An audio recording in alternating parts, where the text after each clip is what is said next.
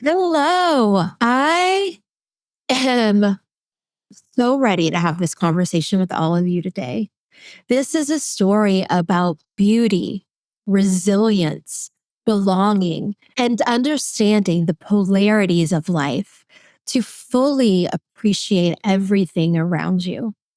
And so it is my extreme honor to introduce you to Melissa Akie Wiley, who is here to tell you her story about her own roots and rebirth. She is an award winning speaker, author, and executive leader. She's the only facially disfigured woman to lead local government at an executive level in the United States. And I know when you listen to Melissa's story that you will see life with a whole new set of eyes. So, with that, I want to turn to Melissa and say, welcome, welcome for being here today, Melissa, and for just sharing your story with us. Thank you so much, Terri. It's really my pleasure to be here with you today. Thank you for the opportunity. Yes. Oh my gosh. You know, we don't know each other well. A lot of times people come and, one of my close friends, she laughs. She's like, it's like Terri and friends. But I have so many interesting people in my life that I learn from every day. So I invite the viewers and listeners to learn from them.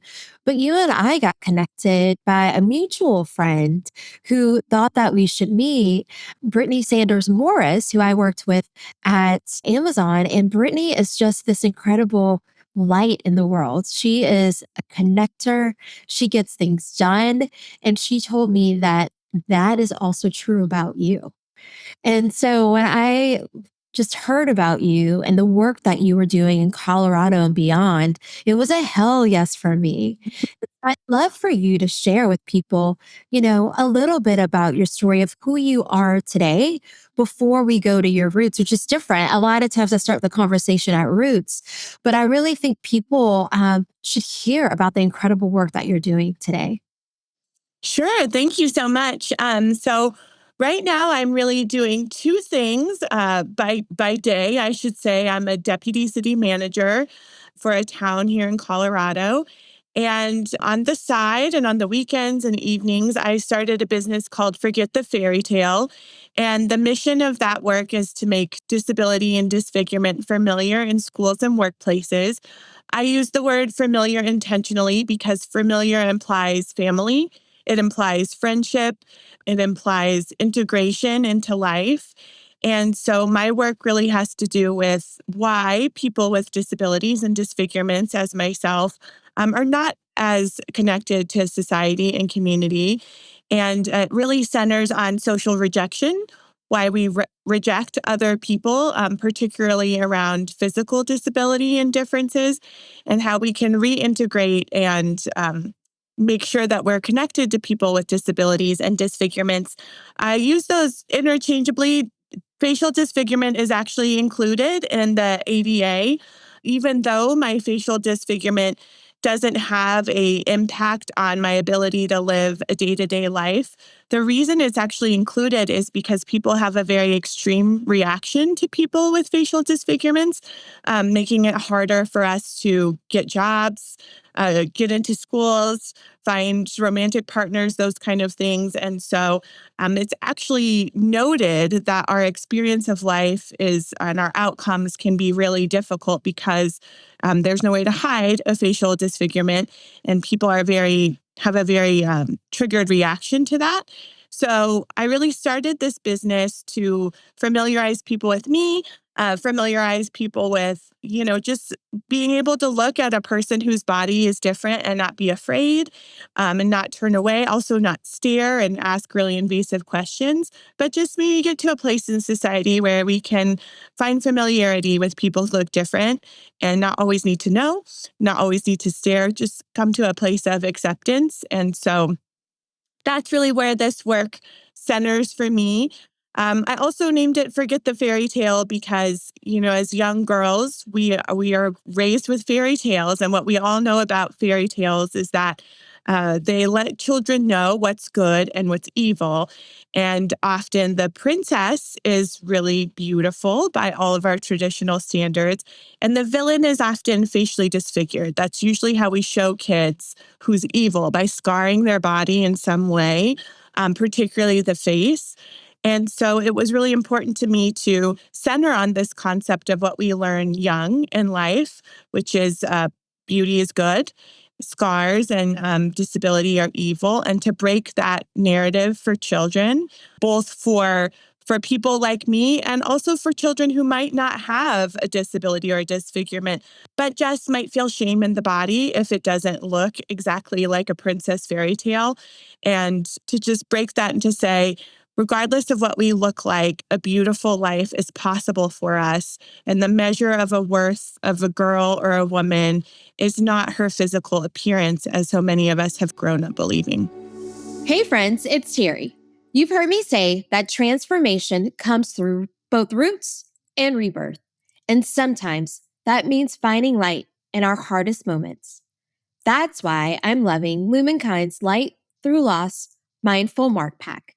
These wearable reminders help me center, reflect, and rise. Treat yourself for someone you love. Go to lumankind.com and use Terri15 for 15% off. Because even in loss, light finds a way. Wow, Melissa, that is a lot to digest. I don't even know where to begin because the way that you lay that out, there's so many beautiful hidden like messages in that. You know, we have this familiarity that you mentioned and how we expect a face should be. And then we also have this expectation of how people should live. So you talked a little bit about how it's harder for you to get a job. It impacts, where you go to school. It impacts your romantic partners. You have done all those things very well, despite everything happening around you. But you also talked about how you can't escape it. Everything is beautiful about you. Your whole body works, yet you can't escape this expectation of what people believe you should look like while doing all those things well.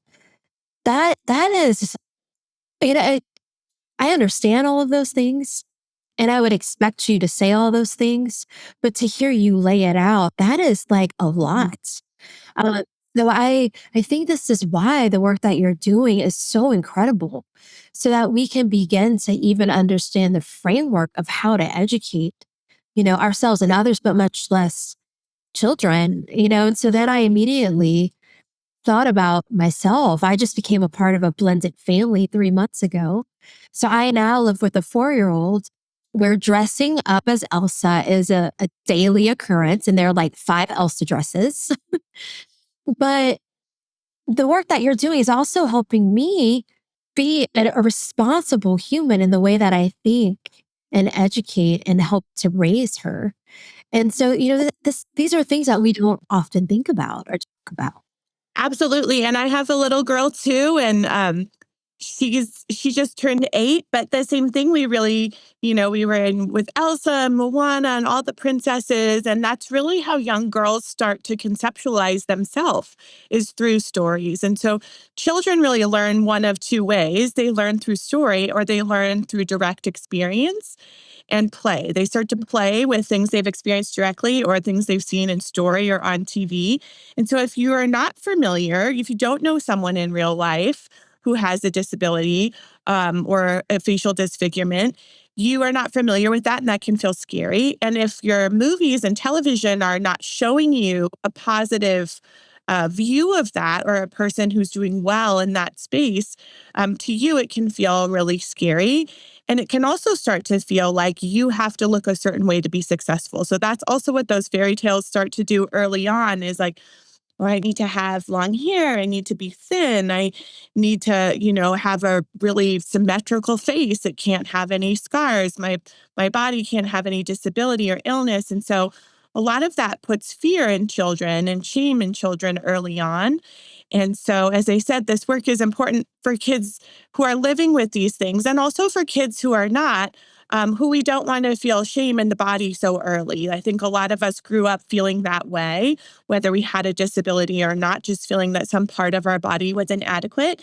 And so, how do we expose our children to the things that they're going to be exposed to? Like, of course, they're going to be exposed to all these fairy tales, but how can we talk to them in a way that helps them understand what's fiction and what's reality, and then also go into reality with a good sense of self and a broader sense of their possibility than what they might see in a story. Wow. Well, I think this is a good time for us to actually talk about your roots, your childhood, where you grew up, you know, what led you down this path. Yeah, so I grew up in Boulder, Colorado, and right now I live and work in Erie, Colorado, which is just outside of Boulder. And I had my mom and dad. They split up when I was young. And then my mom and I were on our own when I was pretty young. And I also had a wonderful grandma who immigrated from Japan. And so the three of us, my mom, grandma, and I, were really, really close. And my mom and grandma really raised me. I had stepdad, but my sort of foundational piece was really my mom and grandma and my Japanese heritage from my grandma. So my mom and I were in Boulder, Colorado. And as we talked about, to let listeners know, even before the podcast, when you're usually talking about your roots, people go on in their childhood a bit longer. But my story is unique in that it was just a few days after my fifth birthday that I was in a very severe dog attack. The dogs belonged to a friend of ours who we were visiting. They weren't our dogs. The dogs had never hurt anyone before, but they attacked me. I'm going to mention the breed of the dog, and I hope your listeners will stay with me because often when I mention the breed, it can make people feel defensive, like they want to defend this breed. But I have an end to this story and this breed, which I think listeners will want to hear. But the dogs were pit bulls. There were two of them. And they essentially ripped off my entire face, including my right ear. So I also don't have a right ear. So I had, in addition to being facially disfigured, I also am missing that limb. So it happened really fast.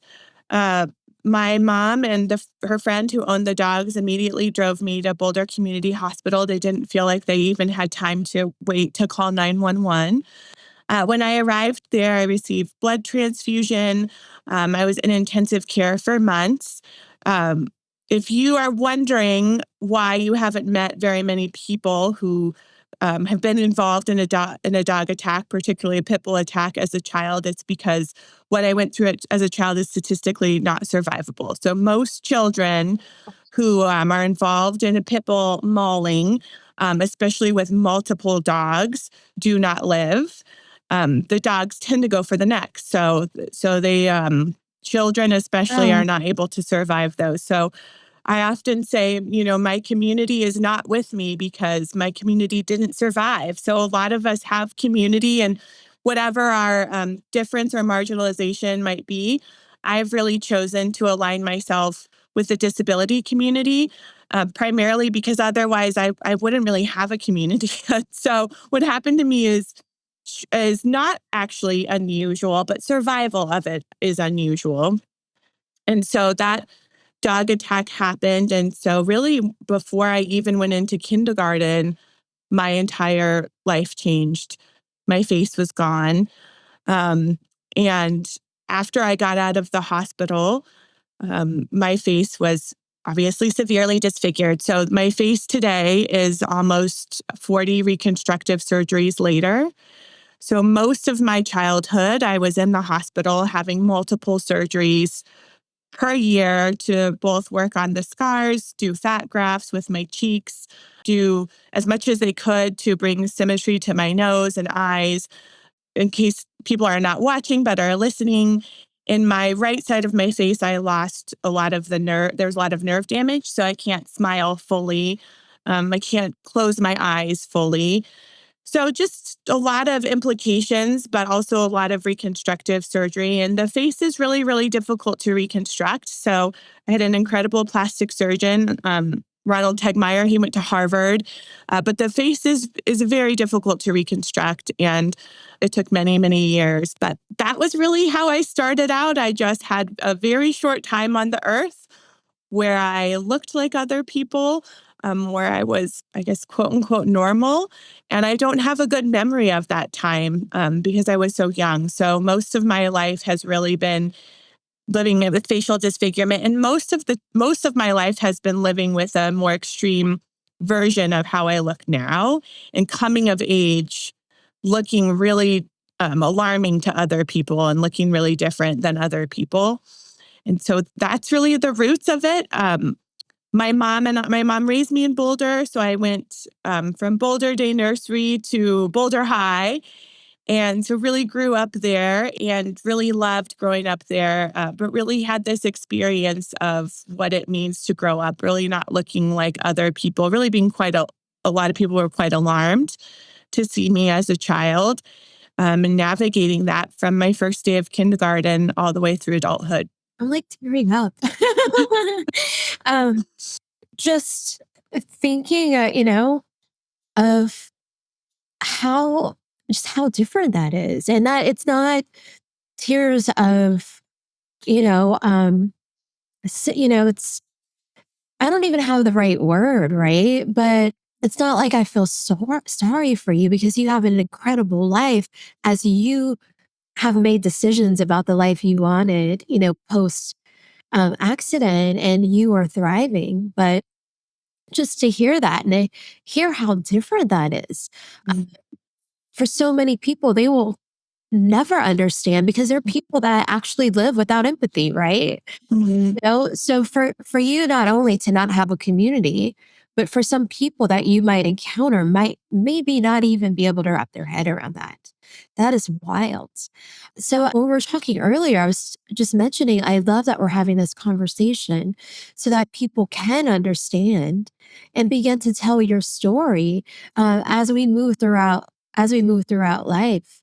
There's so many flashes of my own childhood that I was receiving as you were telling that. I did like kid pageants, and a lot of those pageants made me who I am today because Mhm. that was how I learned how to be on stage or, Mm. got my confidence, even if I wasn't fully comfortable in my body. My mom tells this story. It's actually hilarious. So it'll bring a little bit of levity to my own heart right now. But when I was 2, my mom brought me to the doctor and was like, I don't know what's going on with my baby. What's going on with her chest? And the doctor was like, that's breast tissue. Oh my gosh. So I started wearing a training bra like in 3rd grade. By the time I was high school, I looked like a 50-year-old woman. Mm. I had a breast reduction and I was like double G's. Like it was Wow. insane.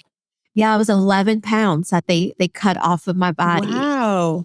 Yeah, it's like I lost a toddler overnight. Yes. I remember waking up after the surgery and I was just crying because it was like I lost limbs. Mhm. It was just a part of me was gone. But Mhm. I realized how, and this actually dovetails into something I know you wanted to talk about, but we don't realize how much of ourselves, our physical Mhm. presence, what we see, feel, and touch is tied to our identity. So even today, and I've lost weight and I'm a lot more healthy, I still in my head, I'm still Mhm. like here, you know? um, so I really do to a certain extent understand what you're talking about, but will fully never be able to understand.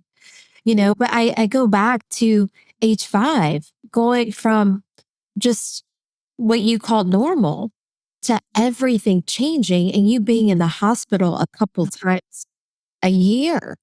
That Mhm. is like wow to even wrap my head around. What did that mean for you in terms of your education? Now that I have the understanding that you graduated from the University of Pennsylvania, like Mhm. you went to an Ivy League, surely that impacted, your time in the hospitals impacted your education along the way. Yeah, I mean, I'm really glad you brought that up because, when I was younger, people often, when they see someone physically, they also make assumptions about their intelligence. So if we see someone who looks different, we will make, there's a lot of studies to back this up that if we see someone who looks different, we have a negative bias towards them. So we assume they're less kind, we assume they're less intelligent. When someone is physically beautiful, we assume the opposite. We assume they're smart, we assume they're kind. So we have this bias toward appearance. And so when I was young, people often assumed I wasn't intelligent or I was not able to carry on a conversation or I wasn't able to do well in academics.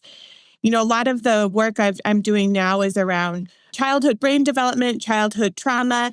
And what's interesting is that when we're young, people's perception of us really becomes our identity. So the sentence is, I am as I am treated. That's how you feel when you're a child. So when people say things about you, like you're smart or you're not smart, you don't have the ability in childhood to differentiate, like, oh, that's person's opinion, or that's just what this person says, but it's not true.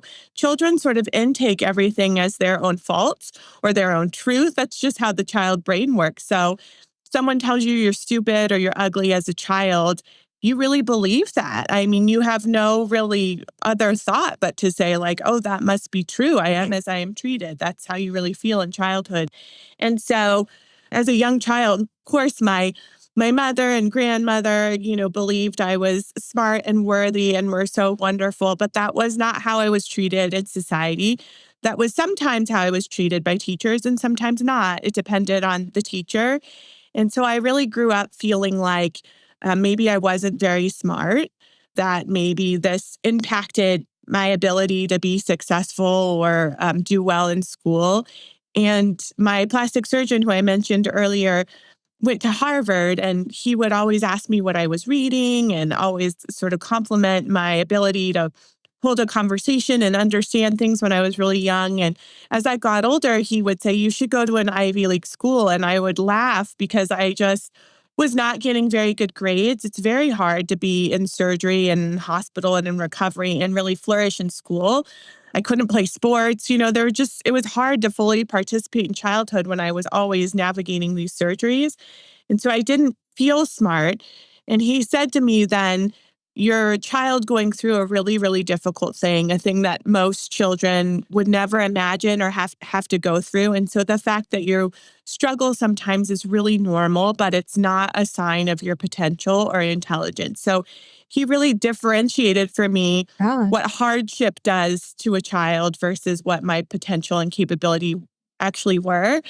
And I really appreciated that because he was able to articulate that for me and give me a new vision of myself as I was going through school. But I struggled in school. I went to the University of Pennsylvania for grad school, and I really wasn't really until undergraduate, when I didn't have the surgeries, that I started to really be able to deep dive into my own potential. And when I was younger, I just was so focused on my face and fixing my face and having surgery.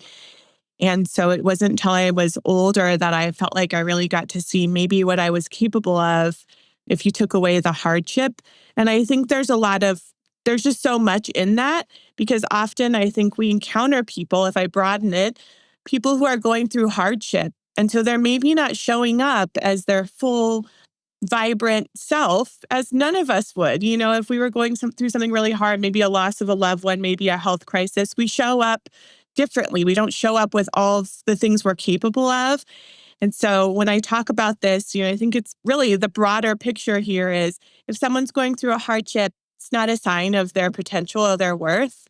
They're navigating a hardship, and it's important to have grace for that there's just going to be seasons in our life that maybe don't show our full potential because we're in the thick of it. And how can we allow grace for that and maybe see people beyond and also have empathy for what they're carrying, which is what my plastic surgeon did.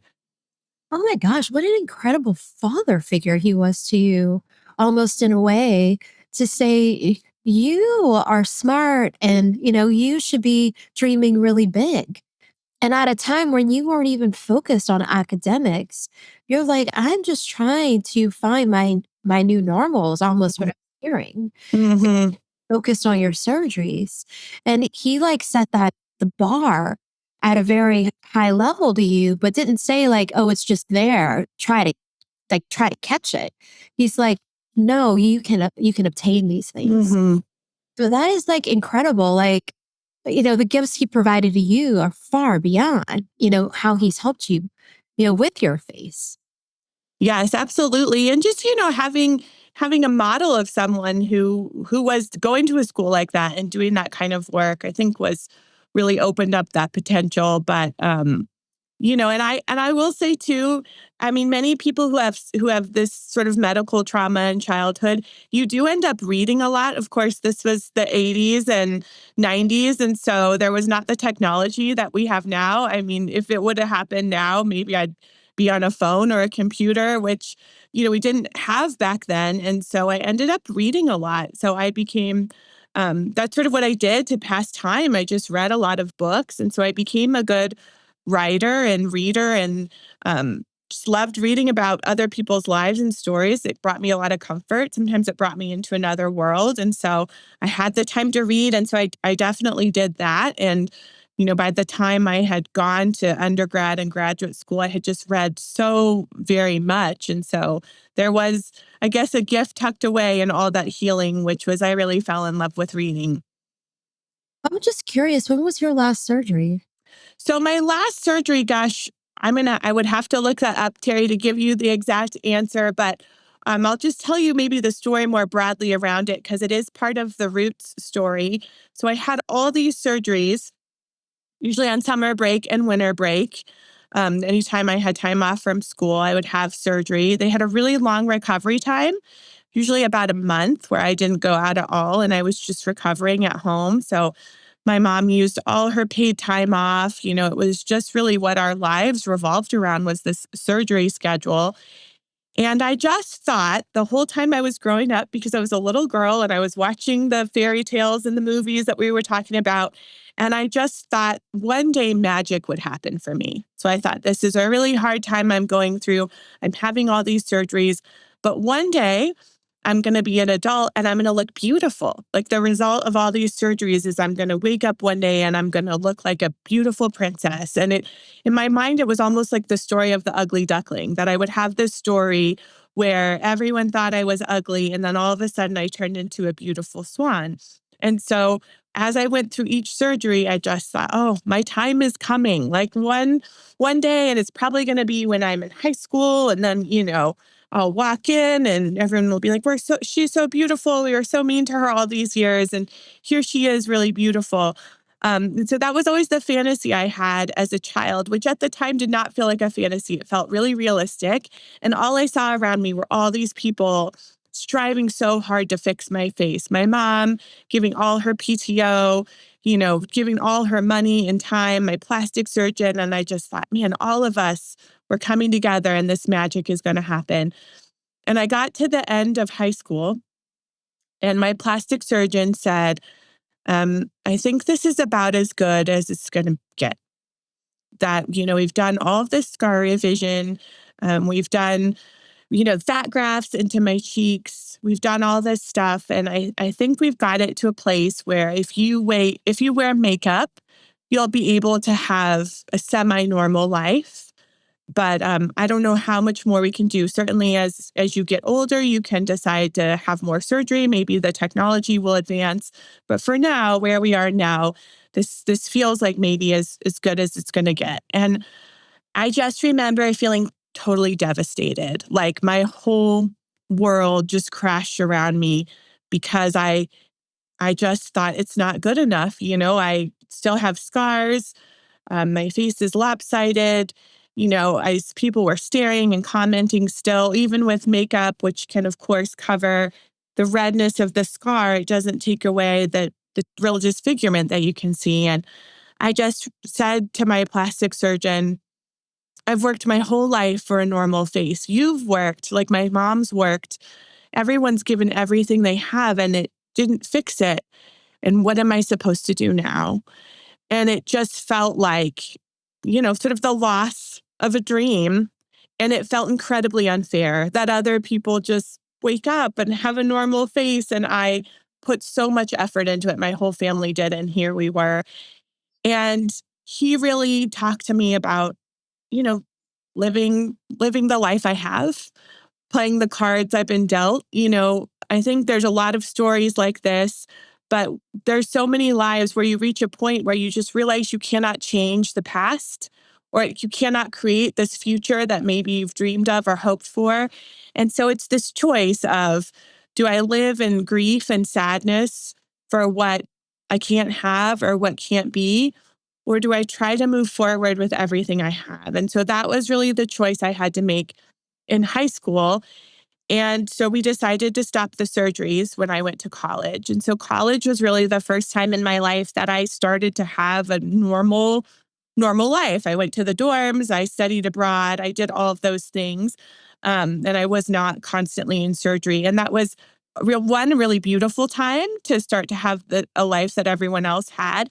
And also a really difficult time because, my whole life from childhood to now, people stare at me, they make comments. I don't often know when that's going to happen. Sometimes I can go months and no one stares at me or makes a comment.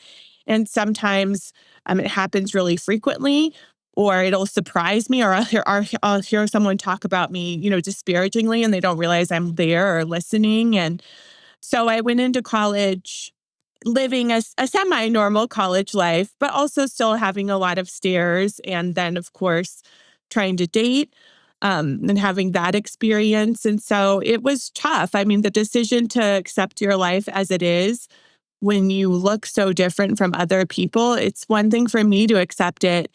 And it's another thing to know that the world may never accept it and accept me. And I have to somehow live with that too. Wow.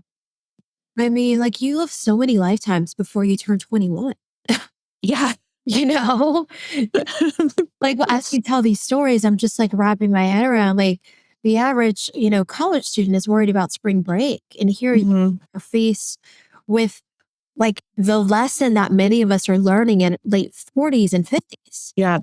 about moving forward with the life that we have and making the Yeah. best of it.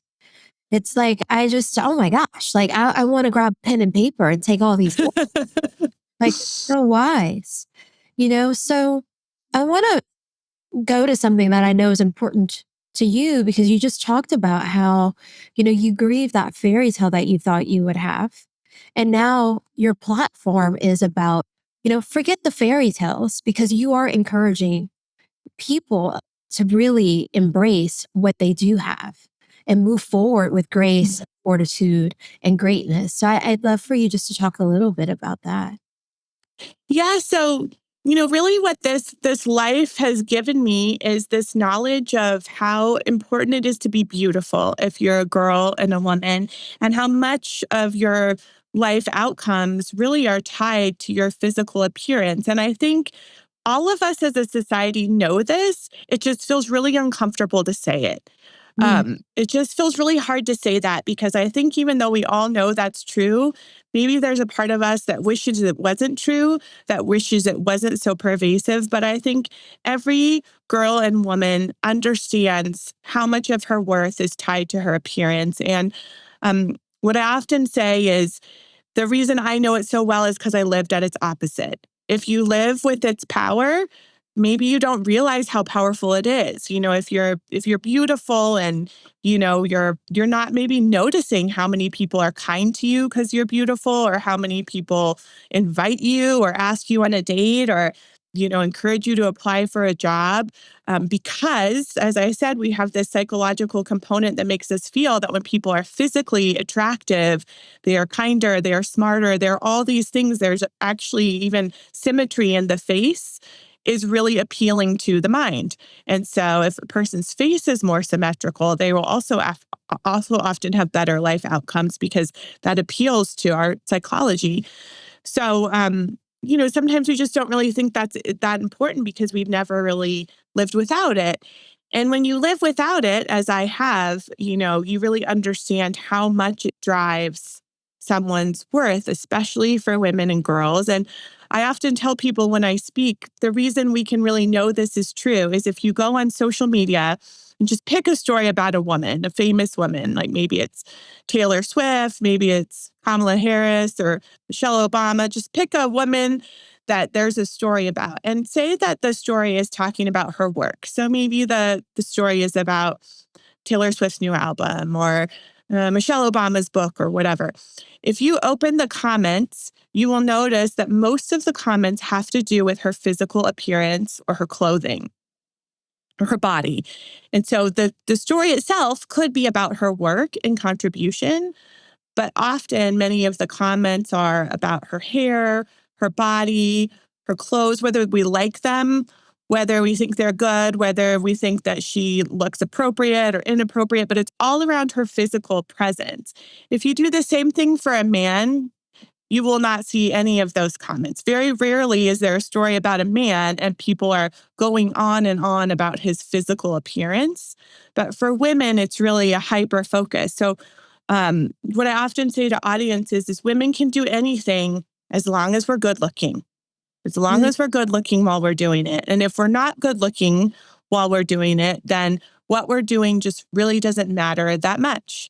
That if we're beautiful in doing it, and the opposite can also be true, that a woman can be so beautiful that can trigger people as well. So women were just always being talked about, whether we're not beautiful enough, too beautiful, all these different types of things. And so it just is such a pervasive part of our worthiness, and we all feel it, because if I'm reading those comments, maybe those comments are not about me, they're about this famous woman, but there's a part of me that thinks like, oh, well, is my stomach flat enough? Oh, is my hair? I start to read those comments and intake them, as our girls do too.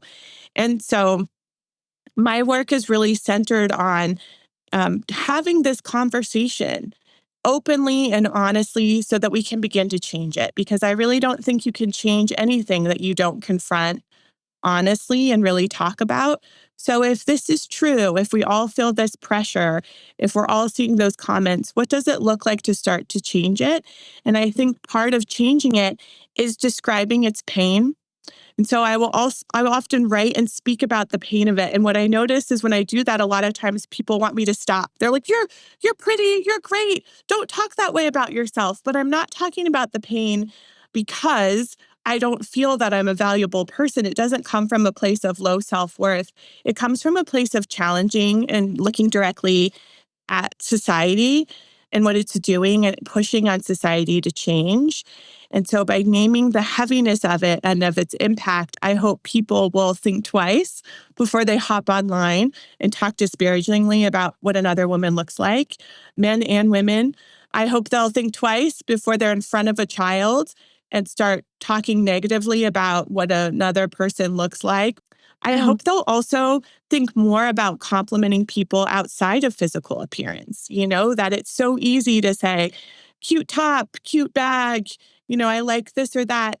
If we could just pause sometimes and say, you know what? You do have a cute top or you do have cute shoes. But what I really want to tell you I find valuable in you is your work in the world, the way you talk to other people, the way you lead, the way you write, that we start to really complement a full essence of who someone is and look for beauty outside of what we're seeing with our eyes, and maybe start to look for beauty in someone's spirit and push against what maybe our mind goes to and think, I'm going to look for the goodness in every person I see, and I'm going to name it, and I'm going to give it back to that person with a true and specific name. Your work is important. The way you treated me was gentle and kind and loving, and I want to thank you. Sounds much different than I like your shoes. Well, I'm like, Melissa, can you say that again for the folks in the back? You better preach. But it's so true. And like, even as you tell that story, and I think of this for a couple of reasons, but even as part of our conversation today, what I think about is truly there are people that are going to look at a woman with facial disfigurement or not, as we tell our story of pain or hardship and obstacles. it- when they go to that, but you're pretty or you're smart, they're actually shutting down the conversation because they don't know how to handle their own thoughts and their own perceptions. Now, there are people that they are 110% going to be all in with that comment. They're going to mean it. But for many people, it's Mm, reflective. So I love that you're having this conversation and it's tied to worth, tied to people's real selves or essence and how we show up as a whole being and not just an external force. There's just so many beautiful snippets you're sharing that we can take if we're leaders in the workplace, even leading within our own contemporaries and peers, and for parents. But for someone, I'm your real avatar here, now a part of this beautiful family with a 4-year-old that lives with us part-time and a 10-year-old stepdaughter that, my partner's stepdaughter that we have sometime. Like, what advice do you have for someone like me who is helping to raise two beautiful souls who are kind, who are smart, who are giving? I love this. This is the best question ever, Terri. And I wish every parent would ask this because this is really, I feel like, where the heart of my work lies. Maybe all of us who grew up with this, it's hard to change, but we can start to change it for our children. So the first thing is to talk to your kids openly about disability before they meet someone. Just talk to them about the different disabilities people can have. You might see someone in a wheelchair. You might see someone with a limb difference. You might see someone with facial scars. What feelings come up for you? And sort of talk to them about where those come from. They might have come from, sometimes we see the villain and the villain looks different, but that's not true. We're going to meet different people that look different, and they could be really wonderful people. And start to prepare them for seeing that in real life so that when they do see a person, they're not scared, they're not staring, they're prepared to see a person and it feels familiar. So start to open those conversations. There's a lot of books out there. Start to get them books that just show people with disabilities and start to talk to them about empathy. If you were in the same situation as that person, how do you think you would want to be treated? If you were on the playground and you were in a wheelchair, how do you think you would want to be treated? And usually children will say, well, I would want someone to play with me. I would want someone to be my friend. I maybe wouldn't want to talk about why or what happened. I just want someone to be kind, and start to talk to your children beforehand about the different things they'll see, help them gather empathy for those situations. And so that when they see it, they're not afraid, because really what they're going to see from traditional movies is a fear-based narrative. And so you as a parent can start to correct that by showing them stories of real disability, showing them real people. And now, there's so many wonderful influencers and so many people speaking that you can really find those things.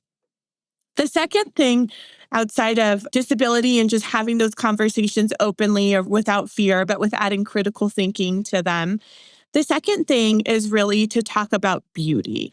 And I think especially with girls, because they'll start to feel this really early on, is just talk to them more broadly about what is beauty. Maybe beauty is bigger than we've let it be. So what I tell kids when I talk to them is, we've defined beauty for you as these very narrow standards of physical appearance. You should rebel. All kids want to rebel. Every generation wants to rebel. Let them rebel here and tell them to redefine beauty. So that's really my message for kids, is redefine it for yourself. Don't let adults tell you what beautiful is. Don't let us tell you what a beautiful body is or a beautiful face.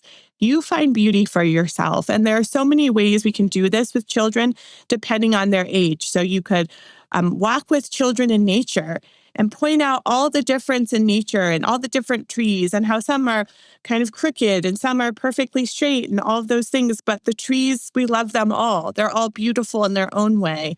They're all giving us shade. Start to just help them notice that there's actually a lot of difference out in the world, but it's beautiful and it's giving and it has purpose. And if they can kind of see it in different places, they can start to see it in humanity. So if I can see a bunch of dogs and they're all beautiful and cute in their own way, then I start to kind of accept, oh, animals are different. Nature is different. People can also look very different and really be beautiful. Start to help children also see what is a beautiful person. So if we've created this narrative for them of like, a beautiful person looks a certain way, and you should assume that this person is good because their physical appearance looks a certain way, and you should assume this person is bad because their physical appearance looks a certain way. That should honestly scare us as adults, because we've all met someone who maybe looked really put together or had the right clothes or whatever, and they actually weren't a very good person. And I think as we get older, we have more experiences where maybe we come across someone and we think, gosh, they looked all this way on the outside, but their inside was scary or harmful. And so it's really important for safety reasons that we also break that narrative for children and start talking to them about what a safe, beautiful person feels like, especially as they start dating and all of those things. What does it feel like if a person is beautiful on the inside? Let's start to name that. Maybe they really listen to me. Maybe when I say something, they're able to receive it and really hear it. Maybe when I'm around them, they're very conscious of how I feel. Maybe I hug them or they hug me and I'm like, oh, I don't love that. And they're like, I'm sorry. I respect that. Like, what does that start to feel like as a child to know that someone is safe and beautiful on the inside, and helping kids break that narrative, because it's also really important for their safety as they grow in every phase of their life, to be able to name what a beautiful person feels like, how they act, and to break that narrative so they're not finding safety in maybe people they shouldn't find safety in just because a person looks a certain way. And they're able to be a more critical thinker and find a safe person and beauty in the inside. So all of these things, from familiarizing disability to finding beauty in the world. Sometimes I even say to kids, tell me a song that you love that no one else loves. It's okay to find beauty for ourselves. It's okay to not have it defined for us. In fact, that's what makes a really good life, that we find the people who make us feel safe and whole. We find the music that lights our spirit. We find the books that drive us to change. And for all of us, those things are different. And that is such a beautiful thing. Why should we teach them this sort of really narrow definition when actually finding beauty in the world is your own soul and your own spirit? And the best thing we can do as adults is to help children really find themselves and find their own anchors of beauty that will fulfill them and sustain them throughout their life. And the whole reason we're here is to have an experience, right? And so, like, the only way to fully have that experience is to explore it on our own and to. So, there's so many questions that I want to ask you, but I was been thinking this whole time: is there a Disney princess who is disabled or has accessibility needs? Hey y'all, it's Terri. At Roots+Rebirth, we talk a lot about legacy, and SALT is creating one worth celebrating. When you choose SALT period products, you're not just choosing sustainable care. You're helping a girl stay in school through their Africa-based donations and education programs. As Cherie, SALT's founder, says, one cup can break the cycle of poverty for generations. Join the movement. Go to SALT, that's SAALT.com, SALT with 2 A's, and use code Terri for 15% off. Because change starts here, and it starts with you. Not that I know of. Now, I feel like I'm pretty well up to speed on Disney princesses with my daughter. Not that I know It was of. so wild to me. Like, I mean, it was in my adult lifetime that, we got our first, Black Disney princess. And I know how just inspirational that was for me. Like, last time I went to Disney, I went to see Tiana. So I would love for that. You need to start a petition. I would love to help you start something, because it's like, Disney, what's going on with you guys? We need to rewrite this rule and get with the times, get with what people want and what they want to see and what they want to be. I love that, Terri. And the other thing, there's actually multiple organizations pushing on this, Yes. especially in the UK. But there's also a movement to no longer give the villain a disability or a facial disfigurement. So there's really a movement from the disability community that stop villainizing disability and scars and all of those things for children, because it's making our lives harder, like people who are living with that. So just the same thing as like Halloween costumes and all of those things, if we're showing children that in those spaces, as I said, sometimes you hear from people like, oh, don't be so sensitive. But it's not just for those of us who have disabilities and disfigurements. It's also just for every child who wants to feel confident in their body. And that if we start to shame and vilify physical body, it can really have impacts on our kids growing up. Getting a scar is pretty common. It's pretty easy to get a scar. You can have an accident, you can have a surgery. Especially as we get older, most of us have scars. And so why make them so fear-based when they're really a natural thing that happens? So I think really what we do for one community here really has benefits on all of us and our children to just be not so fear-based and shame-based around normal changes and normal transformations in the human body. Often as we get older, so children might have grandparents and all of that, not vilifying disability and disfigurement in Halloween or in movies is a huge step forward. And just really to that familiarization point, with familiarity also comes comfort and acceptance of your own body, be it whether it looked different or not. Fantastic. Where can people find you so that they can continue the conversation? Yeah, so you can find me at melissaakiewiley.com. That's my website. And I also have a presence on LinkedIn. I try to post and do a lot of stuff on LinkedIn. I haven't done a lot of other social media platforms, so maybe that's coming in the future. I really started this business in 2025, so it's very new. But I've already worked with a lot of organizations and done public speaking. I do public speaking in schools, workplaces, and I also do a lot of writing. I did a piece called Neither a Witch Nor a Princess for Modern Love with the New York Times. Oh, I love it. And one of my favorite organizations that I'll just give a shout out to because we're talking about children is the Fred Rogers Institute. And so that's, of course, Mr. Rogers. And Mr. Rogers was the first person to bring a child with a disability onto TV in 1981. And so he was really the first person to start to familiarize disability with real stories of disability, not fictional characters, but a real child onto TV. And to your question about Disney, Daniel's Tiger's Neighborhood does have characters with disabilities that are friends that live in the neighborhood that are integrated into children's programming. So shout out to Fred Rogers, who is sort of a master class in familiarizing disability for children, and to Daniel Tiger's Neighborhood, which is his legacy program, which has brought that spirit to kids today. And I just hope more people will live in spirit of that work. I think we could all use a little bit more of Mr. Rogers in our life. And for me as a child, seeing that episode was tremendously impactful. And I just hope more children's programming will start to really integrate so that kids will not be afraid, and that children with disability who actually have pretty negative life outcomes because of social rejection. So not so much, we focus a lot on the disability and not the social rejection, but social rejection has a huge impact in childhood. Children with disabilities are more likely to be abused. They're more likely to have long-term health outcomes in mental and physical health because of how they're treated. So if we do this work, we not only help children without disabilities, but we really help children with disabilities have a brighter future with more potential because they find more acceptance in early childhood. Wow. Thank you, Melissa. You are such an inspiration with really important stories that can allow us to serve the world in a better way.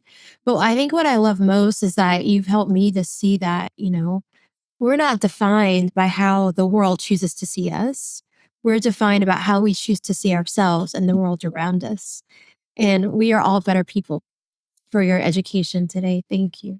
Thank you so much, Terri. It was really so awesome to spend this time with you. Thank you for your amazing questions, which I feel like really got to the heart of what this work is about. Well, I hope people will continue to follow you and watch your journey as this business flourish and grows. I can't wait to see what you do next. Thank you. Hey, y'all. Hey, before I go, a reminder that this podcast is for informational and educational purposes only and is not professional advice. If you need medical, legal, or mental health support, please consult a qualified professional. Be sure to subscribe and follow Roots+Rebirth podcast. You can find me at Terri R Broussard and movementmakercollective.com.